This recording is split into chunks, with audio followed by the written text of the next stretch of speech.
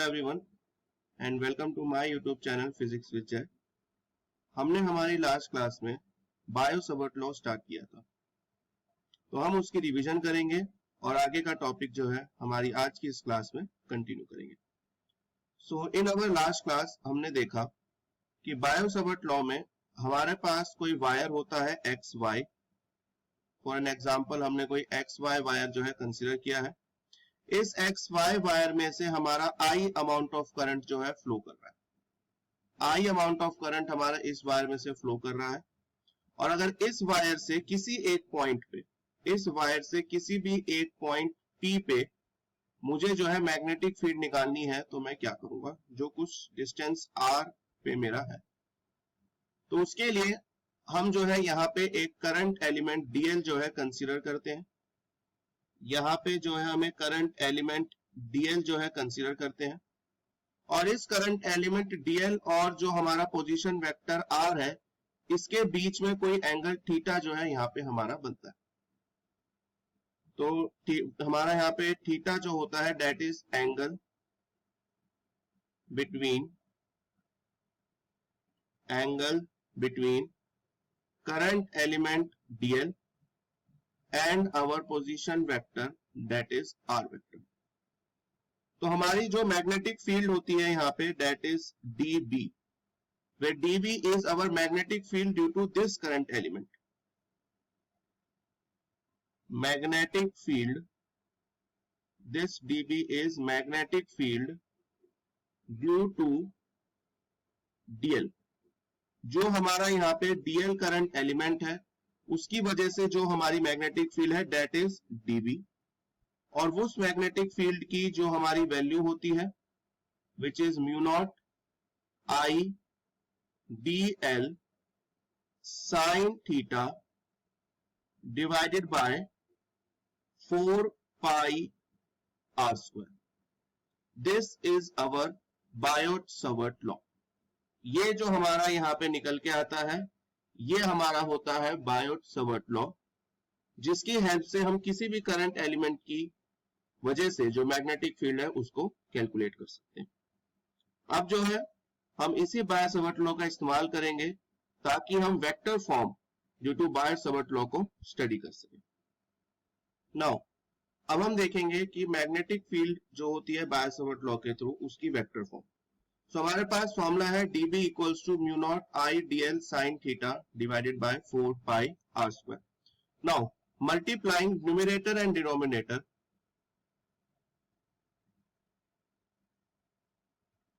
Multiplying numerator and denominator on RHS by R। तो जो हमारे पास RHS है वहां पे जो हमारे पास न्यूमरेटर और डिनोमिनेटर है दोनों को हम R से मल्टीप्लाई कर देंगे।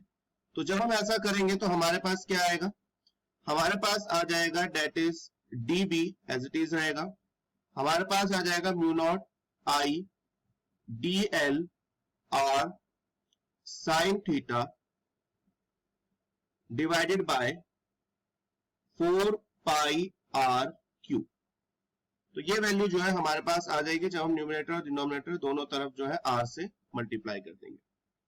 नाउ अब अगर आपको याद हो, आपने छोटी क्लासेस में जो है कुछ टॉपिक्स आपने स्टडी किए होंगे कि सपोज अगर हमारे पास कोई दो वेक्टर है, अगर हमारे पास एक a वेक्टर है और मेरे पास कोई दूसरा b वेक्टर है और इन दोनों वेक्टर के बीच में कोई एंगल मेरा थीटा है, सो जो मेरा a vector cross b vector होता है उसको हम लिखते हैं ए बी साइन थीटा।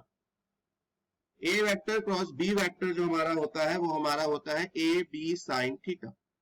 तो अगर इसी कंसेप्ट का मैं इस फॉर्मूले में हमारा इस्तेमाल करता हूं तो हमारे पास क्या आएगा, हमारे पास जो सिचुएशन आएगी वो ये आएगी कि जब मैं ये जो मेरी ऊपर वाली इक्वेशन है इसमें अगर मैं देखूं तो मेरा पास आ जाएगा डी बी वेक्टर, मेरे पास मेरा dB वेक्टर आ जाएगा और मेरे पास हो जाएगा mu not I dl cross r divided by 4 pi R cube, और ये जो हमारे पास यहाँ पे निकल के आई है, this is our vector form, vector form. तो ये हमारे पास बायो-सवर्ट लॉ जो हम स्टडी कर रहे हैं उसकी वेक्टर फॉर्म हमारे पास निकल के आ चुकी है। तो इस वेक्टर फॉर्म से हम क्या समझे? वेक्टर फॉर्म से जो मेन पॉइंट हम यहाँ पे समझे कि जो मैग्नेटिक फील्ड की डायरेक्शन है वो हमारी परपेंडिकुलर होगी to the plane of dl vector and r vector. तो हम लिख सकते हैं the direction of magnetic field, the direction of magnetic field, the direction of magnetic field is perpendicular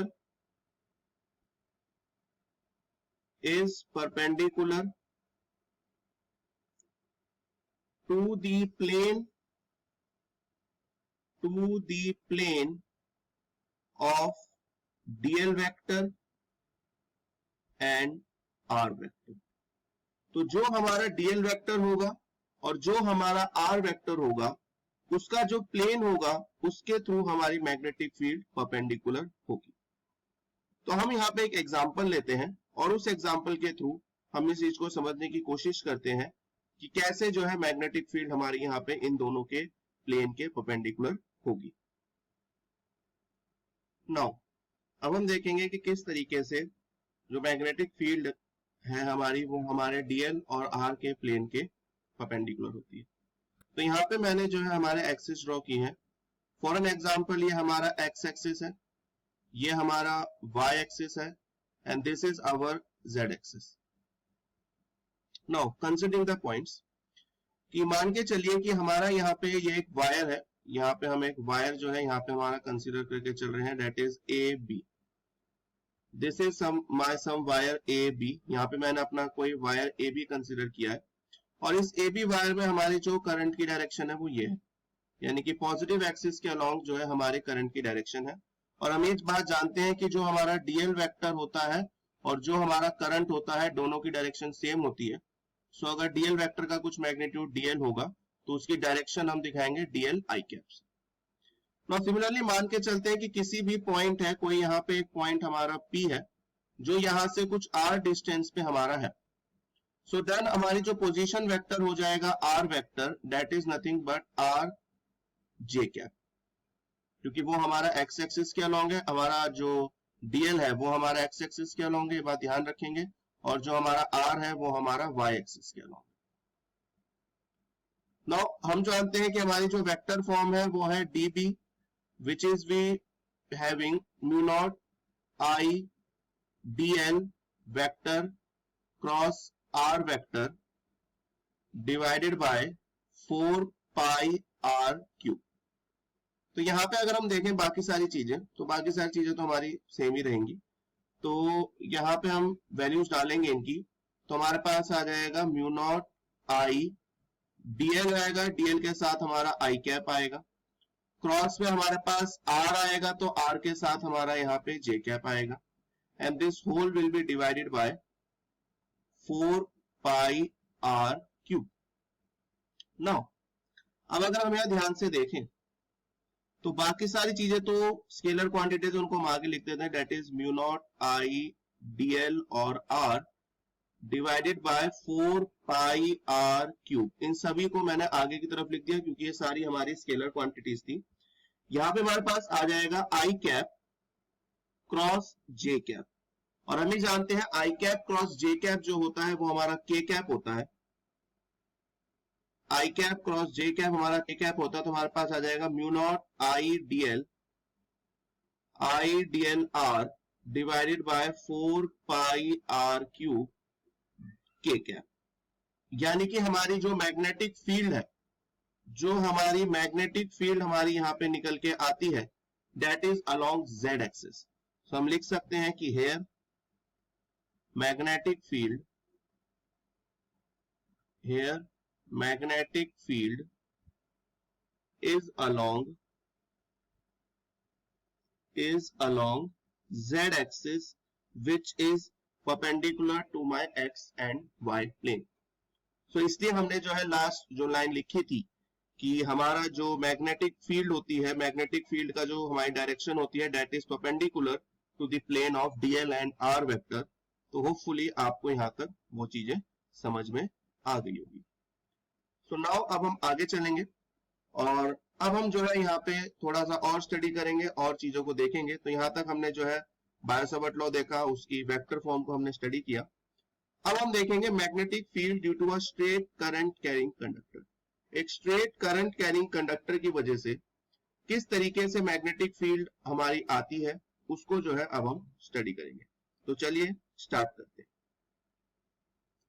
so now we are going to start magnetic field due to a long straight current carrying conductor. तो हमारे पास एक straight current carrying conductor है और इस straight current carrying conductor की वजह से जो हमारी मैग्नेटिक फील्ड होगी पॉइंट पी पे, वो हमको जो है यहाँ पे कैलकुलेट करनी है।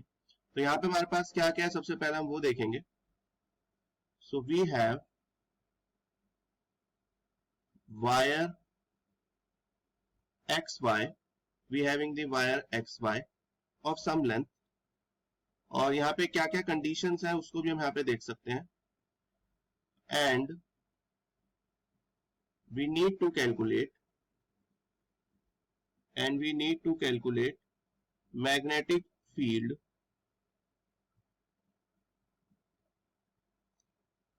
at distance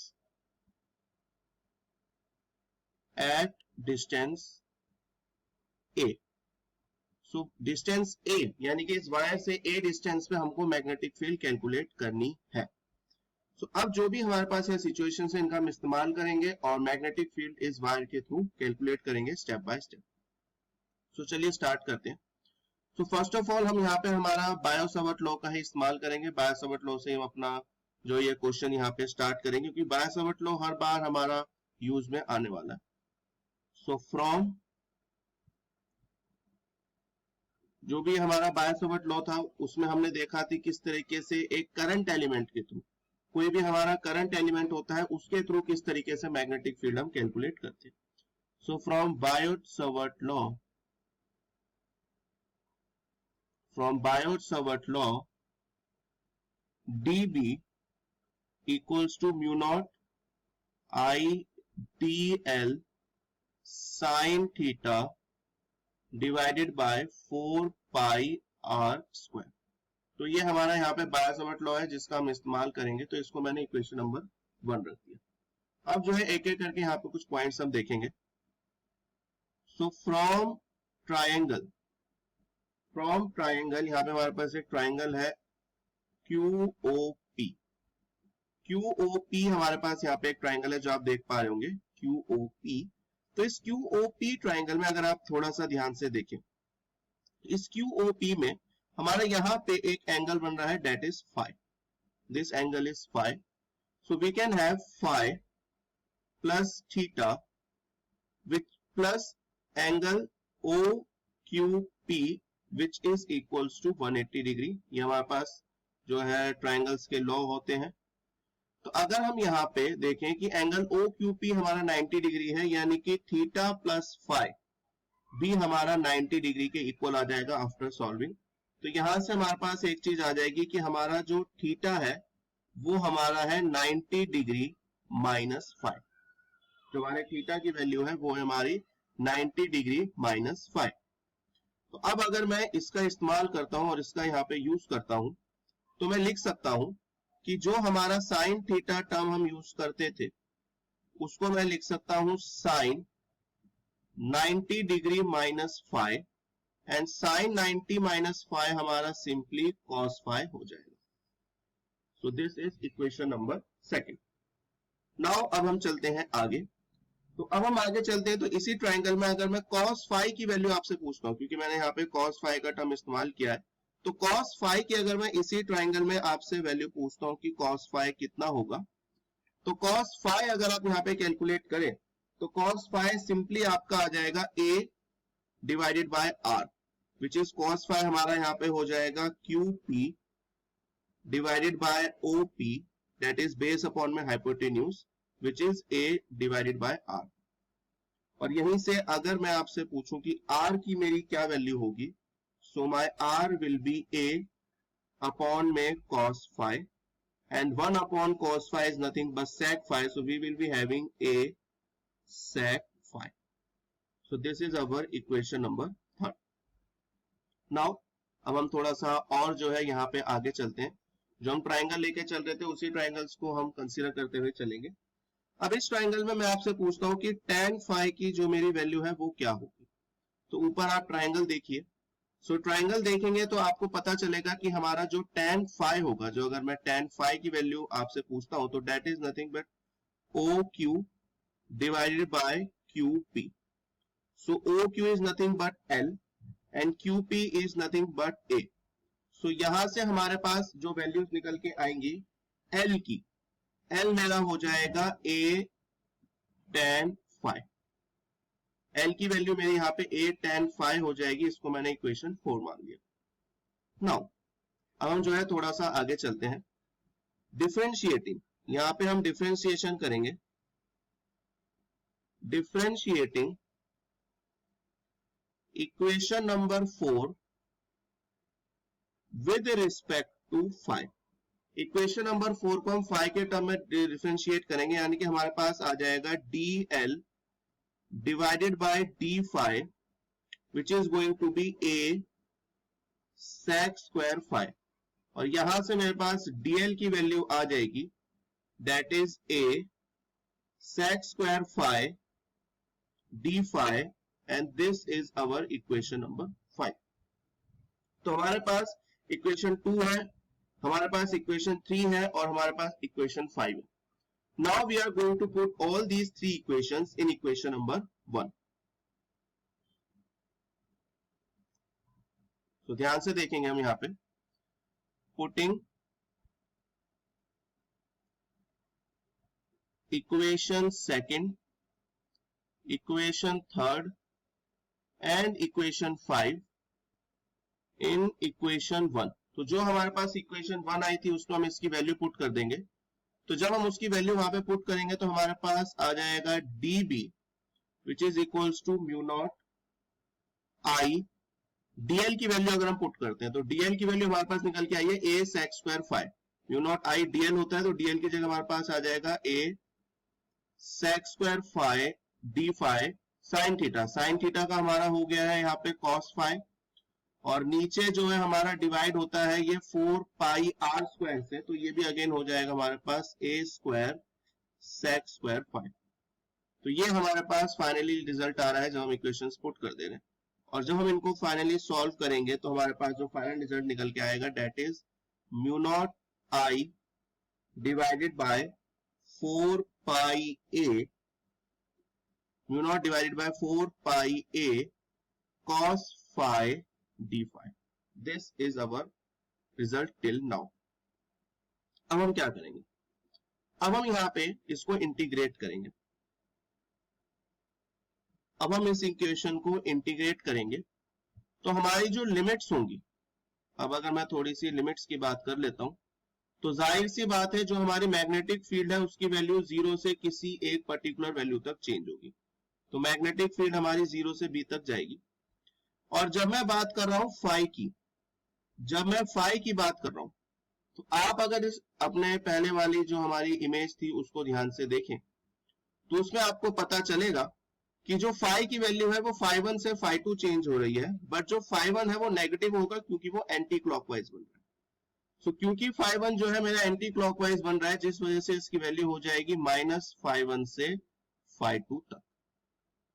अब इसका इस्तेमाल करके हम इसको इंटीग्रेट करेंगे तो हमारे पास आ जाएगा dB जिसका इंटीग्रेशन होगा मेरा 0 से b, और दूसरी वैल्यू हमारे पास आ जाएगी mu not I divided by 4 pi a, integrate हम करेंगे cos phi को, ये हमारा हो जाएगा d phi minus phi1 to phi2.